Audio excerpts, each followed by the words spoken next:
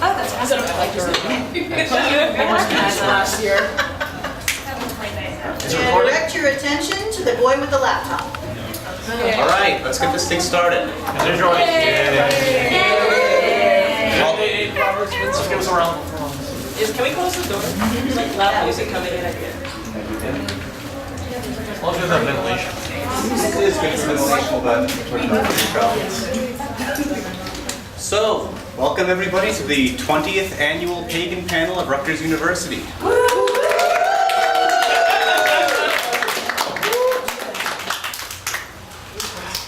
Those of you who have attended panels in the past know that every panel has a theme. This year's theme is taboos in the Neopagan community. We have... Okay. Go on, me. We have six speakers. The way we budget the time is everyone should be able to have 2 minutes to answer each question. I don't know how long we've gone over, but everyone will be able to speak. We will go from Annie to Jeff in that order. Okay. So, first question. Do you want to introduce Oh, us? I'm sorry. Who are these people? Okay. we're no one. I secretly play the Slenderman. Yes. On the far right here of the table, we have Annie. She is our resident Germanic Neopagan. Is that correct? I'd say heathen. Heathen. Okay. Do you guys want to introduce yourselves in your own words? If that Probably. Hi everybody, my name is Annie Humphrey. I am alum of RUPSA, and this is my first panel, so I'm very happy to be here. I'll be talking to you today about heathenism, which is based on stuff that came out of Northern Europe. My answers will primarily be focused on Germanic heathenry because that's certainly the biggest part of it, but I personally do Irish, Scottish, Manx, other kinds of stuff integrated into Germanics. So, but for me, all my answers will be Germanic heathenry. Like literally, is it going to actually be like, what's your answer to 2 + 2? Germanic heathenry. Okay, I'm Sue Wolfson. I am an eclectic Wiccan. My path is serendipitous Wicca, which is a phrase that I coined because we couldn't come up with a description. And that's where I'm coming from. We are pretty much of an amalgam of a lot of different things, but all basically using the Wiccan read. Okay. I'm Hillary Gross. I'm a Neoconstructionist representing Grove of American Gods. Woo! Woo! So, Neoconstructionism is a new word, at least, for our path. And it's the idea of taking everything around us and creating what is good for this point in time, who we are now, where we are now. And we have extensive backgrounds in a lot of different religions, so we bring those together and craft new rituals in novel ways. Hello, my name is Arthur Moyer. I'm the founder of Omnimancy, which is a natural order tradition, however you look at it. I founded about 20 years ago.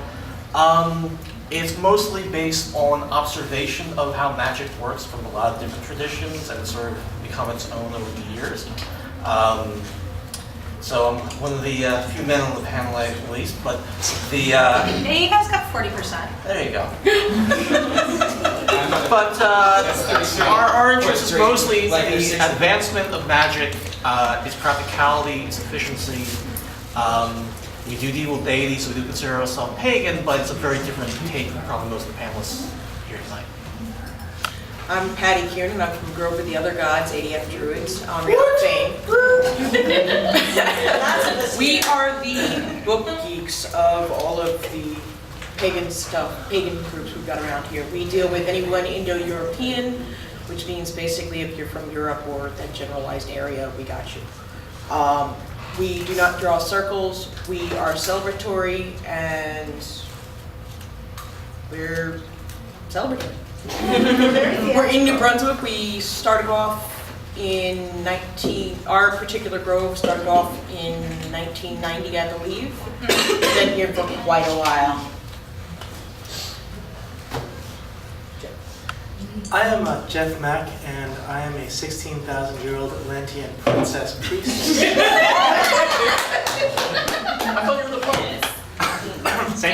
April. You're April. He retired. And there's the awesome But since I fear current society is not yet ready for our world-changing knowledge, which is really a pity, because I was originally thinking of coming in here and we were going to build Stonehenge somewhere, like in the main lounge. You can get some marshmallows, it's doable. I got a good quote on some bluestone. Like, So failing that, I will be speaking about Discordianism, and Discordianism can best be described in the words of the prophet Alan Yankovic. Everything you know is wrong.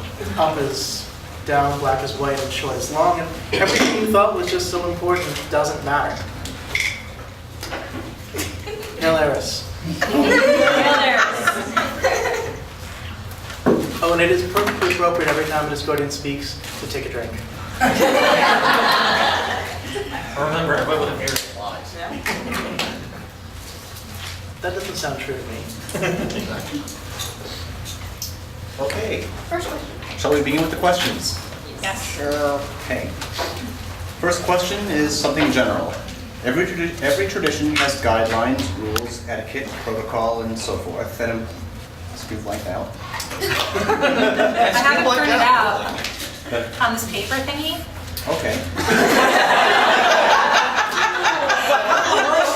I need that back.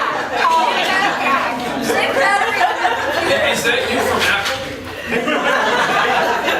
it's the eye paper. It's only slightly bigger than the iPad, which makes it somehow more convenient, but it is thinner. Being like pen can run on any surface.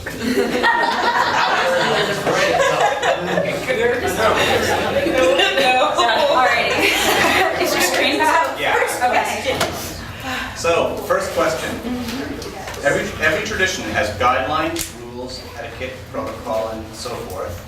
And that implies that there are some actions or things that are frowned upon. What are some examples of things considered wrong in the tradition that you represent? What is taboo for you?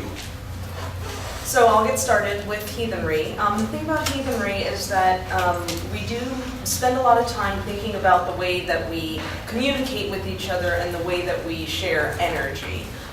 We'll use the term weird, which is sort of like the energy that surrounds you. It's a little like karma in that if you do bad things, your weird will get bad and bad things will happen to you.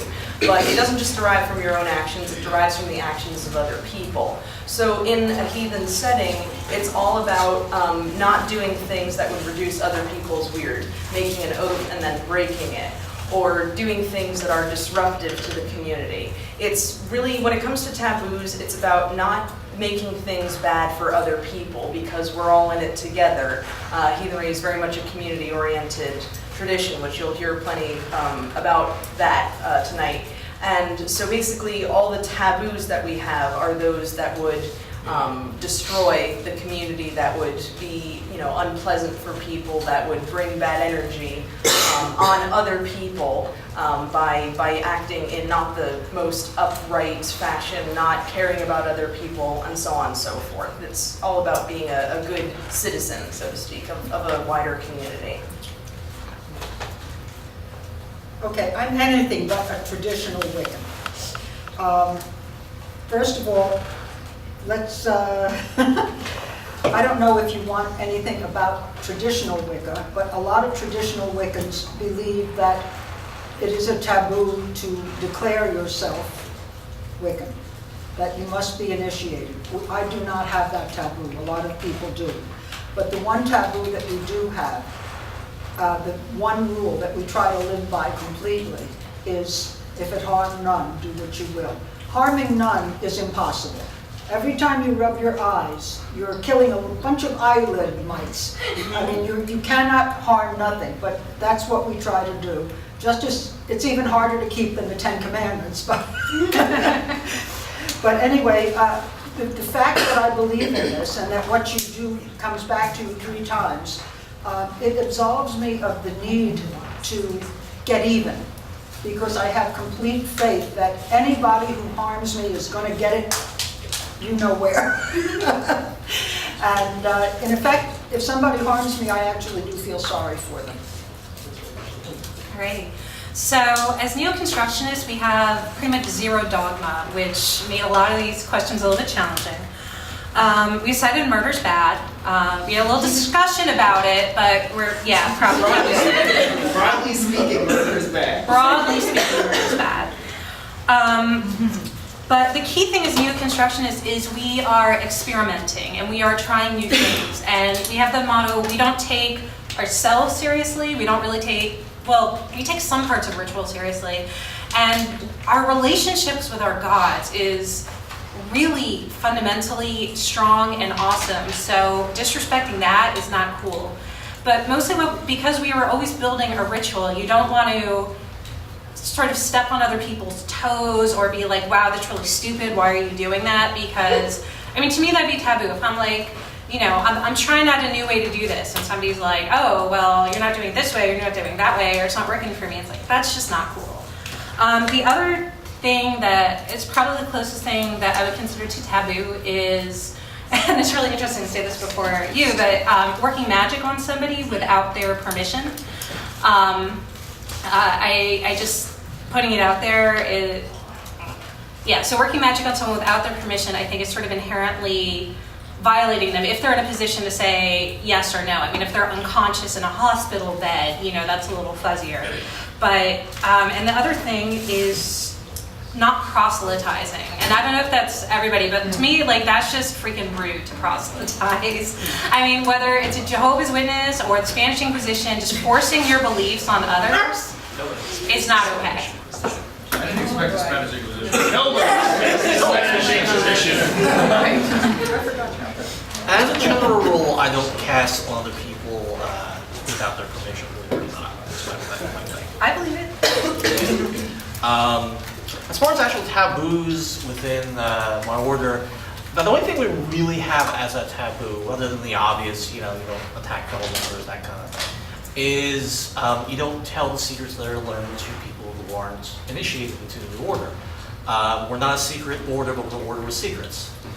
And there are a lot of traditions out there that are not all-inclusive. Omnimancy is not all-inclusive. There are a lot of things out there. I mean, that's the whole idea of when we're talking about Wiccans with the whole initiation. The idea is, I would think, to prove that you're worthy of being a part of that group.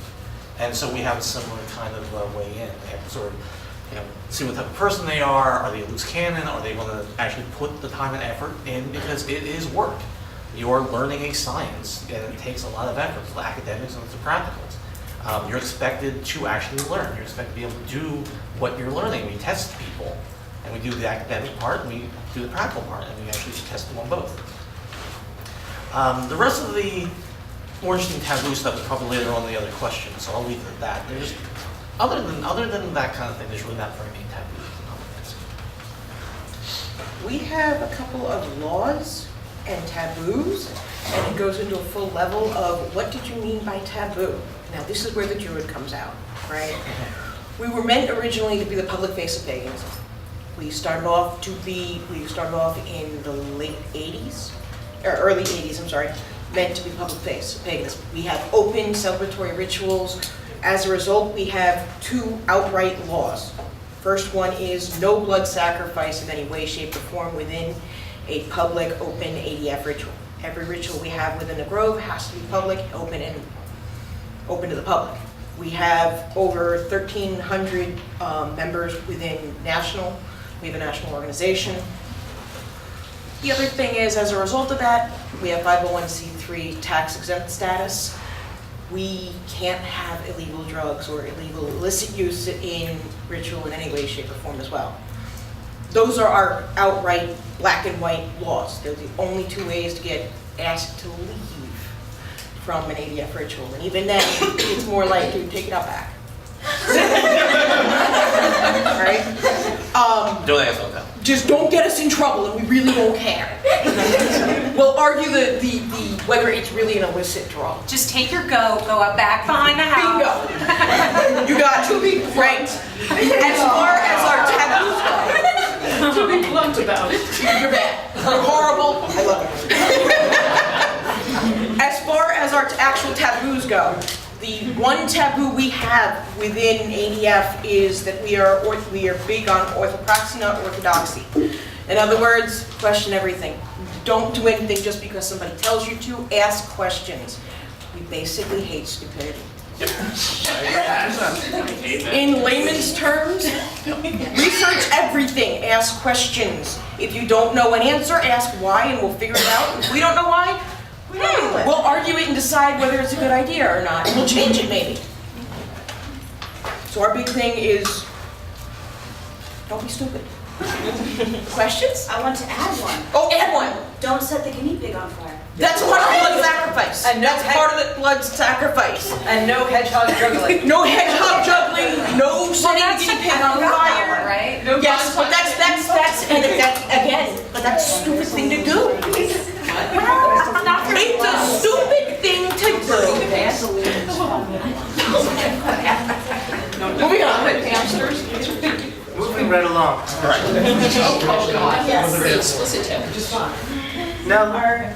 Now the Principia Discordia. Discordians being concerned with attempting to distribute chaos more efficiently through the universe and the perception of chaos in the universe. We don't really have a whole lot of flat-out taboos per se. We have one. We do have one taboo, and we will stick with it, and I will avoid that taboo unto death. Not necessarily my death. Probably not necessarily the death of like anyone I know. But I'm totally okay if like some I mites die over it or something. But yes, you know, to be completely serious, Discordians are prohibited from eating hot dog buns. On Fridays or every? It's always forbidden. It is Always forbidden. It's that on Fridays you're required to do. Right. We're always forbidden from eating hot dog buns. Fridays are just the day we're also required to eat hot dog buns.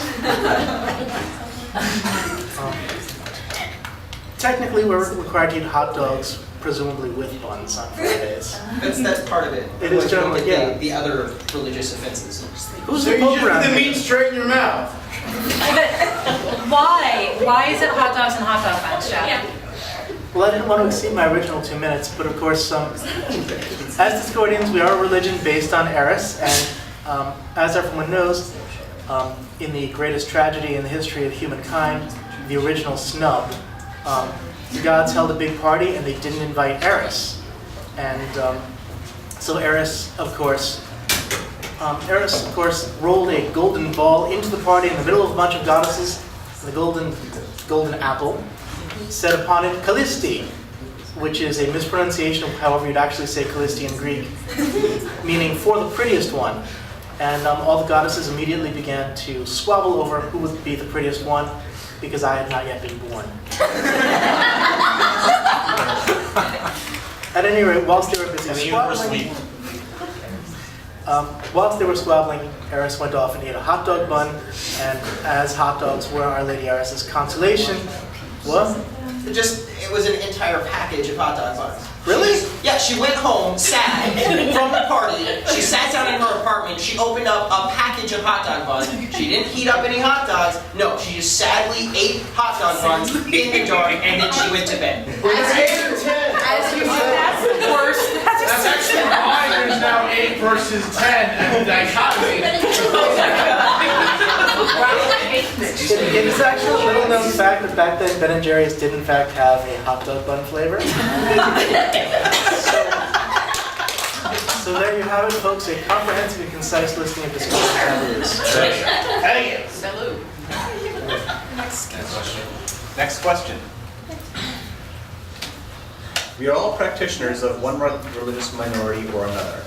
We may take to heart what mainstream society considers bizarre or even freaky. Wiccans may practice skyclad, Santorians may perform animal sacrifices, and Native American shamans may use religious hallucinogenics such as peyote. However, these are all considered normal within their traditions. Are there any practices or elements of your tradition that might appear taboo to others, but are considered normal and even positive within your contexts? No. Well, to answer this question as a heathen, at first I kind of wanted to talk about how we sort of like raising our children a little more free range than the normal, but not every heathen has children, and so I really think that talking about the blood sacrifice angle is probably the most sexy for this audience. Certainly not every heathen does or should practice self-sacrifice, self-ordeal, that sort of thing. But there are many people who follow Odin, the Allfather, who of course performed many terrible sacrifices of himself in order to gain wisdom. And so you do have plenty of people following that within heathenry today, which of course, is something that we can talk about among ourselves, but try to talk about it on the street and everyone will be looking at you cross-eyed. Heathenry also has a pretty strong element of animal sacrifice in it, but by animal sacrifice I mean there's a lot of us who are farmers and a lot of us who really delight in being able to provide a chicken or even an entire pig for a feast, and the killing, the butchering of this animal forms a part of the process. And again, it's not just like we're going and capturing a goat and killing it for fun. It's, we have to feed all these people. We are going to humanely slaughter this animal that has been raised on our farm and then eat it and give it our thanks and that sort of thing. And honestly, at this point, it's completely normal to me, and my husband and I hope to start raising chickens so that we can perform this ourselves. But you certainly do run into people, both within and without the pagan community, who find this concept of animal sacrifice a little strange. So. Some people just like to cook the chicken. We're just like the chicken mom Skyline, I just poured the blood all over. As far as the Wiccans, with the exception of Dianic Wicca, which only basically worships the goddess, our primary deities are the god and goddess, mommy and daddy, if you will. And as a result, sex is something which is very important and very natural because it is a communion between the two sexes. We have sacred sex, and there are times during the sexual act where people will become what is called drawing down, the god and goddess, and that is an amazing, amazing thing. Now that doesn't mean that a person cannot be Wiccan and be celibate, because there are many, many different ways to express sexuality and many, many different ways to practice. That doesn't even mean that that you can't have a homosexual relationship, because there are male and female in each of us. But this is what makes the world go round, basically. And a lot of people might not like the idea of sacred sex. We have a very healthy attitude toward that. Well, it's interesting because when we were answering the question, there was the usual things like, drugs, or ethnogens, which is a term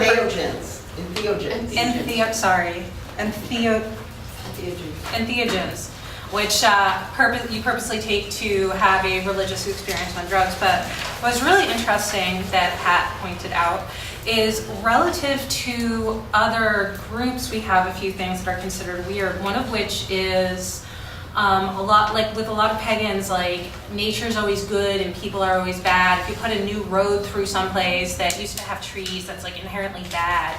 And to us, it's just kind of part of life. I mean, the road can be honored just as much as the trees were honored before it. I'm not saying we should pave everything, but just that it's not inherently bad to be a human and build up your human stuff, and then things come in. You get the goddess of the roadways. We made roads. You get the sacred that comes to you. The other thing we do is we also practice a lot with what are called pop culture. What is it? Thought forms. Thought forms. Is the way I've seen it phrased. Things like the Easter Bunny, Santa Claus, the Great Pumpkin. They have all come to our rituals and been kind of creepily effectual. I mean, we're like, haha, we're gonna have a Santa bloat where we, use the classic Coca-Cola, and it's gonna be, a joke. And then Pat comes in all ho ho ho with his beard, and he's like freaking drawing down Santa Claus. Which dollar store Santa is pretty fascinating to you. Yeah. We all get get items from the dollar store, like some of the most, it started with the most hideous things we could find, but I think it just evolved to things from the dollar store. And he picks them out of a grab bag for us. Are you afraid of Santa? Is that what's happening here? No, the Great Pumpkin, that's a dude you want to be afraid of. He is spooky. Yes.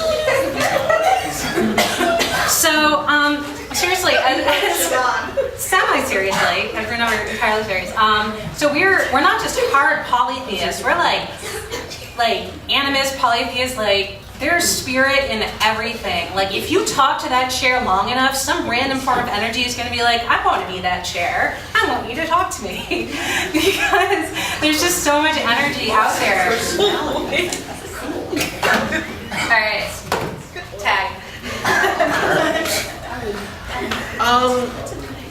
I suppose there's two really main things that I think is probably taboo to a lot of people's eyes that are actually, we don't see in those kind of terms. We're very active magically, and as anybody knows who is active magically, eventually will come across a spirit or an entity or whatever you want to call it that isn't as friendly as you might like. And when that happens, you need to be able to defend yourself. Or if someone's having problems, you need to be able to help them out. And so we do teach combat magic. And a lot of people don't understand that. They go, oh, well, you just run around attacking people. No. We see what's going on. We do a lot of investigation before we actually do anything. And if it warrants it, we do combat magic because that's what's needed. And so a lot of people, again, just see that on the surface. The other thing is we don't really teach ethics in the same way as other people. We teach consequences of actions. And so it's far more important for us to know what the consequences of your actions are, not just to say it's wrong. It's a matter of like, this is what will happen if you do this. If you accept the consequences of your actions, so be it. But you should, be aware that this is what's going to happen and take responsibility for what you do. And again, that's a very different take than simply, oh, we're all accepting and everything should be good. I mean, this world is not black and white. It's got a lot of gray areas. If a person's starving, a lot of people here will go, well, it's maybe kind of okay if someone steals an apple or something like that. When someone says, well, stealing is wrong, chop off their hands, we go, well, in a certain context, maybe that's appropriate, in other contexts, it's not. So like I said, life is gray. And so one has to perceive it in those terms. But again, because people aren't used to looking at things in such terms that were brought up that everything's black and white, this concept is pretty new to a lot of people. So. Well, for the ADF side, basically, the big thing is we're not a mystery tradition. If you have a question about something, ask it. Don't be stupid. The only stupid question is the one you don't ask. If we don't know the answer, we'll figure it out. Or we'll tell you where to find the answer to your own questions. One of the biggest things that we have is that ADF members are expected to know the true history.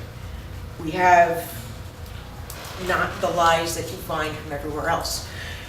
As an example, you've got that Stonehenge was not built by the Druids, though we probably use it, and we sure as hell do today. Things like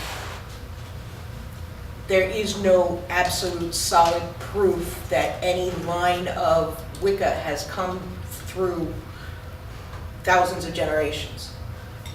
Our founder had a degree the only degree from Berkeley. I was going to say UC Berkeley, all right. UC Berkeley in magic. He got a bachelor's degree in magic, right? We started off with a bunch of people standing around, drinking around a fire, and it slowly ended up turning into a big party. And at the same time, we party without alcohol, without blood, and... They leave the door before you get there. Yeah, basically. Lights in the back. Yeah, just don't do it here, and we're cool. The big thing is, don't do anything just blindly. Don't open up a book and say, oh, there's the deity I'm working with. Actually look, do some research. Have discussions with the deity and expect an answer. We expect you to actually develop a relationship. Don't just sit there and go, I play with Bridget. Yeah. Well, know that there's both sides. Don't just sit there and go, oh yeah, I play with Kalima. Yeah, she's cool. No. Know the other parts of it. Whoa. right? Kalima is totally cool. She's awesome, but we're not going there. The big thing is, because I'm trying not to go off on a tangent, the big thing is to question everything, research everything, and expect answers. Expect to hear those voices. Which the mainstream generally doesn't do. Exactly. Which can get you into a lot of trouble. But use your gut, experience it. Have that party, know what it feels like, and do the research as well. Don't just blindly open a book and say, oh, this is what I'm working with. Don't use just one book. You're expected to write papers. You're expected to argue, to debate, we argue things until they're dead and then argue it just some more just to make sure we're dead and solid and then change our minds and argue more. You know, let the horses know. Absolutely. Can I tell them like that? That's the only kind of blood sacrifice we do is the words. We beat the books to death. And then there's the imaginary Discordians person. are most likely known for the fact to mess with systems of order. You've been standing behind me for like a really long time. Yeah. With that being said, of course, we do it carefully. You know, Discordians believe that most people believe that the world is an orderly place, or will be better as an orderly place, and they want to make the world orderly, and that is completely wrong. We believe that is the anaristic illusion, the idea that Eris isn't around.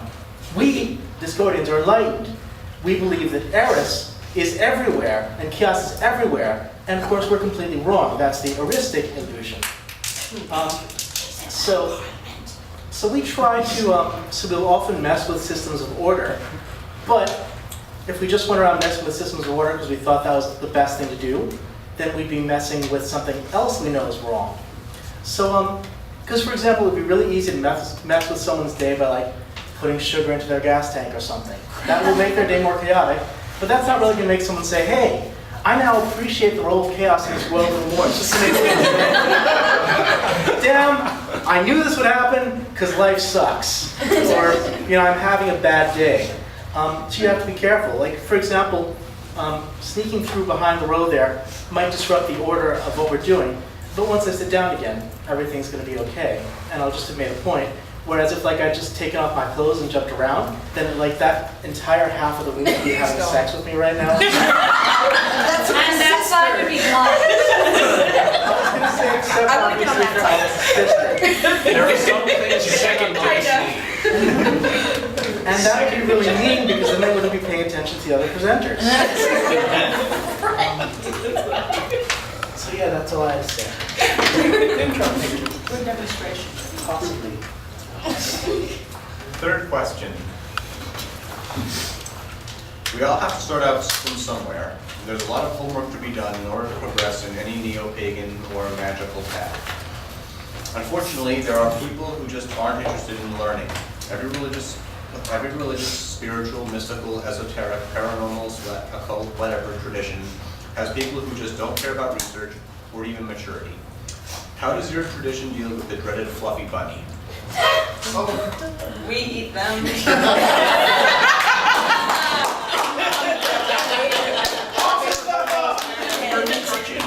I mean, I'm sure some of you have met heathens before, and I see some faces from my introduction to heathenry lecture last semester. But heathens don't tolerate people who don't do research, not even a little, not even. Like, I'm not saying don't ever hang out with heathens unless you've read all these books and more, but at least go there and say, I know I need to learn more. I know I need to learn more things than I do right now, to know more than I do.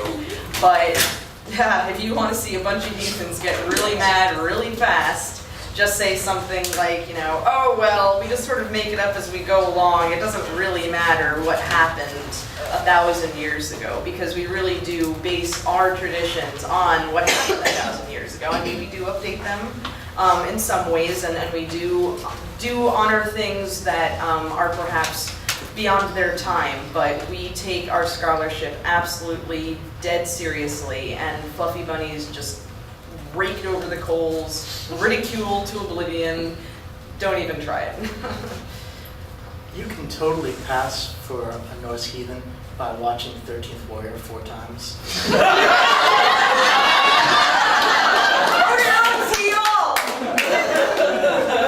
So basically what you do with fluffy bunnies is you skin and eat them. Basically. I can Wear get them behind as that. trophies, yeah. So like, Okay, this depends upon your definition of fluffy bunny. I think everybody has their own definition. Now, research is all well and good, but it is not the only, nor necessarily the best way to learn. I feel that we all have a connection with every living thing, and we should be learning from everything that we meet, even that chair, like she said, yep, and all of the people, because all of us are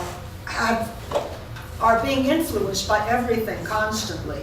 And by losing that shell that the majority of people have around them and opening yourself to psychic things that are coming from everyone, you can learn a hell of a lot. You can learn anything that there is to learn in this world.